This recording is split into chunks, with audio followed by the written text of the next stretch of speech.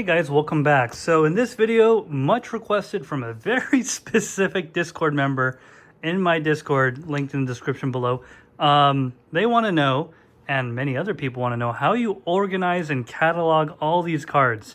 So believe it or not, I catalog and document every single card in my inventory, even low quality or low grade or whatever you want to call it.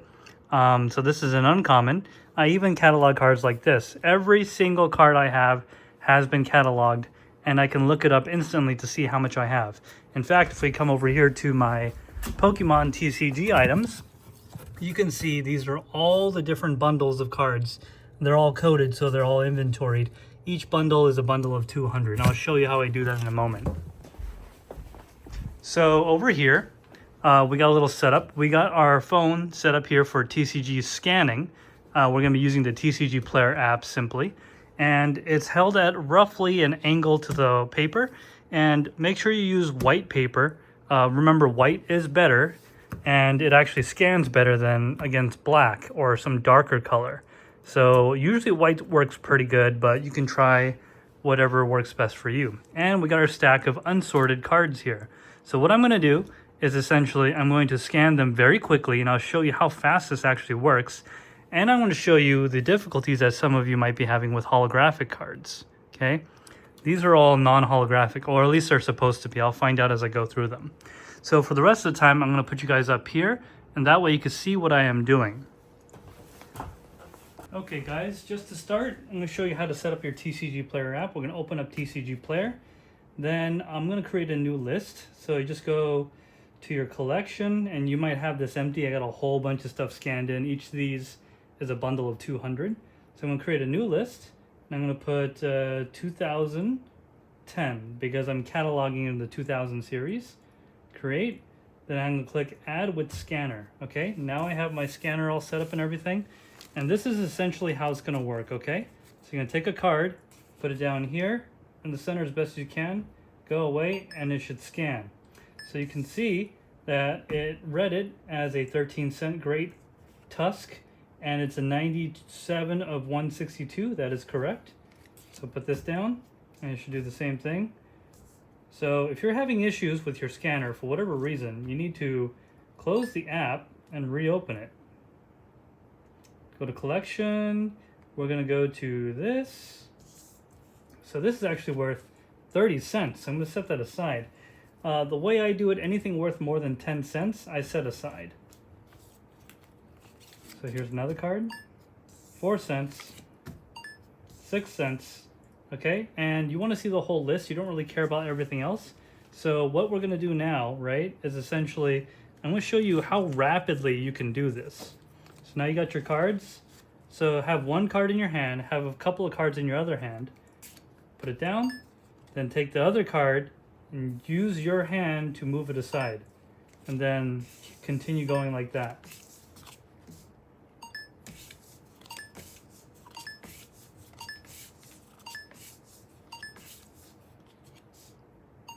Alright, so after a few cards are done, I like to just review the list and look for anything that's expensive. In my opinion, anything over 12 cents I separate and I keep it somewhere else. So according to this list, looks like we got a card here that is worth 12 cents. It's a call-off.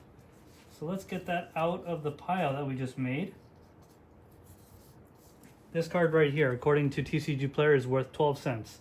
So we're going to set that aside. And then we're going to remove it from the list. So you could either do it that way. What I just did was I went into the card, I adjusted the count.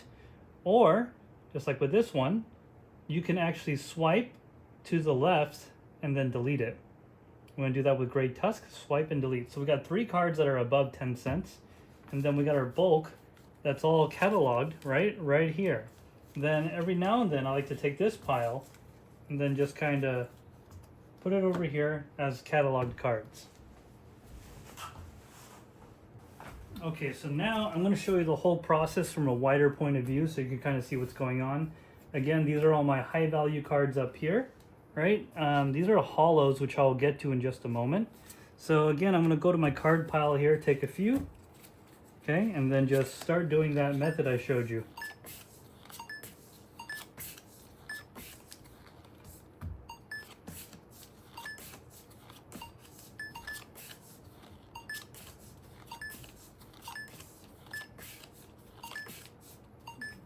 So you can see how I did several cards already. And in the list, I don't see anything above 10 cents. So we're going to take a few of these and then put it in our pile of cataloged cards. Ooh, that one was worth a lot, 29 cents. So the only thing I am actually looking at is not here. I'm looking at this. I'm looking at the list. Sometimes it misscans as a battle bundle or something like, you know, if they have like a player thing right here or like a special stamp. There's basically no stamped cards in here because I would have separated that a long time ago. So that's what you want to look for. You want to make sure all of those are out. So what I like to do is fill the whole page. See, there's a, well, you can't see it right now because you're zoomed out, but fill the whole page. Now I know this card right here is valuable, so I'm going to take it out. It's 30 cents. So same card, took it out. And then I'm going to remove it from the inventory, just like that. And now we know this technical machine is also 19 cents. Take that out. You do it two ways, like that. And now we got a nice little stack of cards that are cataloged. So with the power of movie magic, we're going to get to 200. And I'll explain why I scan 200 at a time. It's part of my packaging system. Okay, so we just went through everything, and you can see we have a whole list of catalog cards here now. This is all 200 right here. And what I do is I just review it real quick to make sure there's nothing over the value I want. And in fact, that they are all uncommon. Because if you ever turn this in for bulk, they usually go by the rarity of the card. So I just verified everything is uncommon and everything is under 10 cents, which is my threshold. So I just get the cards all nice like that. And I bought these bags here on Amazon, but you could get these anywhere. But I found that these were basically the perfect size. So here's what we're going to do with them. I'm going to move the... So we know that this list is list number... let's see... Collection... I think that was 2010. Let me double check. Yep, this is list 2010. So we know to write 2010 on this package, on this bundle, because you know that is going to be these cards that we cataloged. So I'll get you in a little closer, or zoom in rather, and you'll... Alright, so now that we got all of our cards, we're going to take our little bag, and make sure you get ones that are like acid-free and bleach-free. Sometimes these white ones have like a wax layer on them for food. The easiest way to tell is to get it wet and see if it starts to peel right away. If it doesn't, or if it repels the water, that means it has a wax on it. It's probably not good for your cards. So then we're going to put it in like this. No, I'm just joking. As you can see, the card is almost the perfect size and shape of the bag. It's close enough to where it's a nice tight fit. I haven't found anything yet that could fit cards stacked like this that'll actually fit it perfectly. The ones I did find, they have to go in like this, stacked this way, and I don't like that. So I got my baggie here of cards, and what I'm going to do is take a couple at a time and just drop them in, and then make sure they're fully flat, okay? They can't be at an angle as you'll bend something.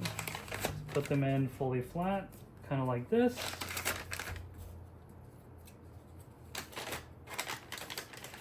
Just like that. Okay, so now we got a bag full of cards. It's a little bit loose, which is okay. And this is how I wrap it up. So I'm gonna get my square, which is right here. Now you don't have to use this. You can use something a little bit better, something a little bit less potential to able to damage the cards. The reason why you want to do this is when you put these all away, you don't want them all crooked and stuff like that. You want them to be nice and even, so to speak. So I'm going to do that, and of course we're going to have our little bits of masking tape. Just have them right there ready to go. And what I'm going to do, and don't like smash the cards into this, you want to do this as lightly as possible. So basically this is just keeping one side square, the side that I'm actually pulling tension on.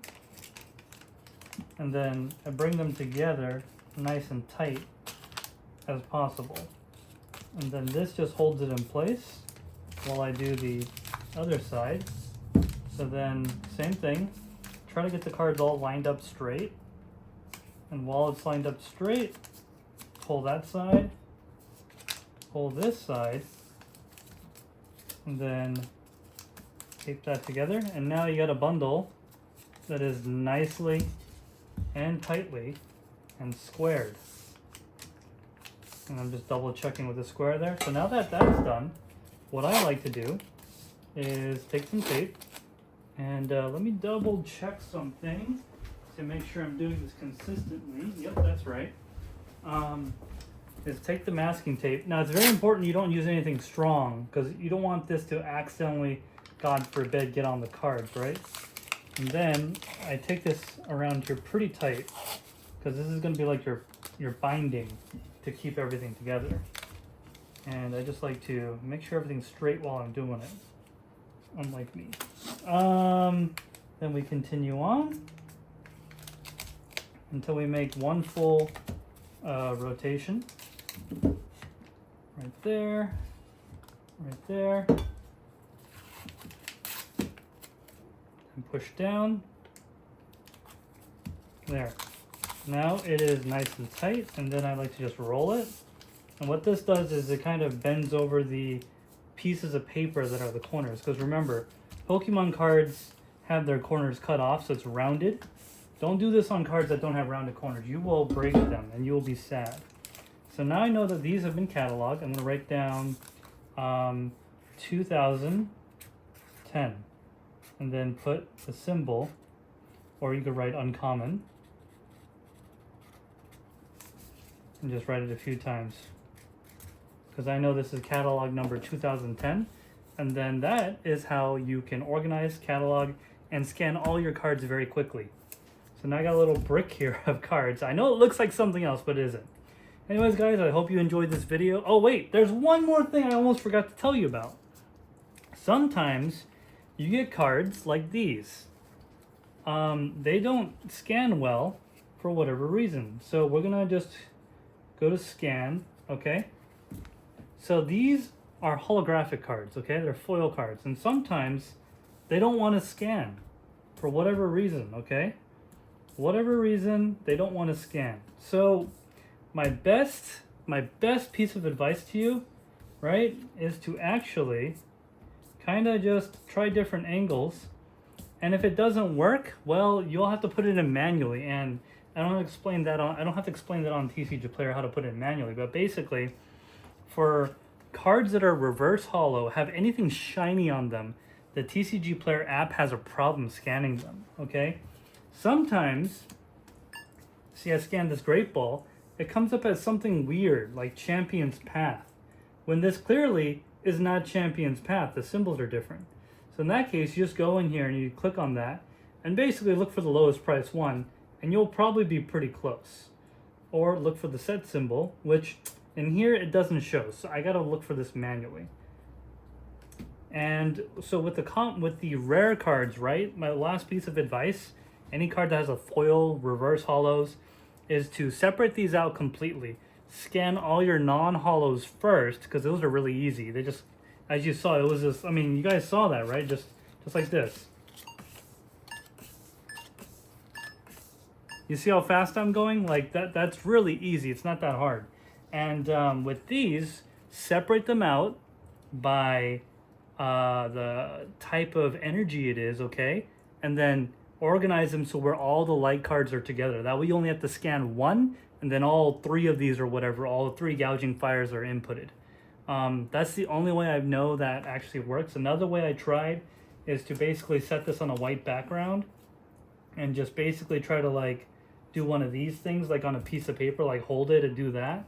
But even then, that doesn't work on holographic cards. All right, guys, well, let me know down in the comments below if you have any questions on how to scan cards or anything like that. Again, this is all free stuff. The TCG Player is free. The lights, as long as you have your light at an angle to where when you're looking at the card, there's little to no glare, it'll work. Now, if you have the lights directly down, you don't want that. You want the lights kind of at an angle. You can kind of see how my studio, I got the lights set up at an angle. So it's not in line with the axis of the lens on the camera. So no glare, have a white background, and then get your camera on a tripod or something. I'm using a C-stand, but you don't need to use that. You can just use a little table stand or like a little table tripod. You get those cheap on Amazon. It won't be sturdy like this, but you don't need it to be sturdy. You're just scanning. You're not recording video or anything. All right, guys. Well, thanks for watching, and we'll see you in the next one. And of course, I'm only allowed to use one camera and no microphones, no advanced equipment. So I got to walk up there and actually end the video.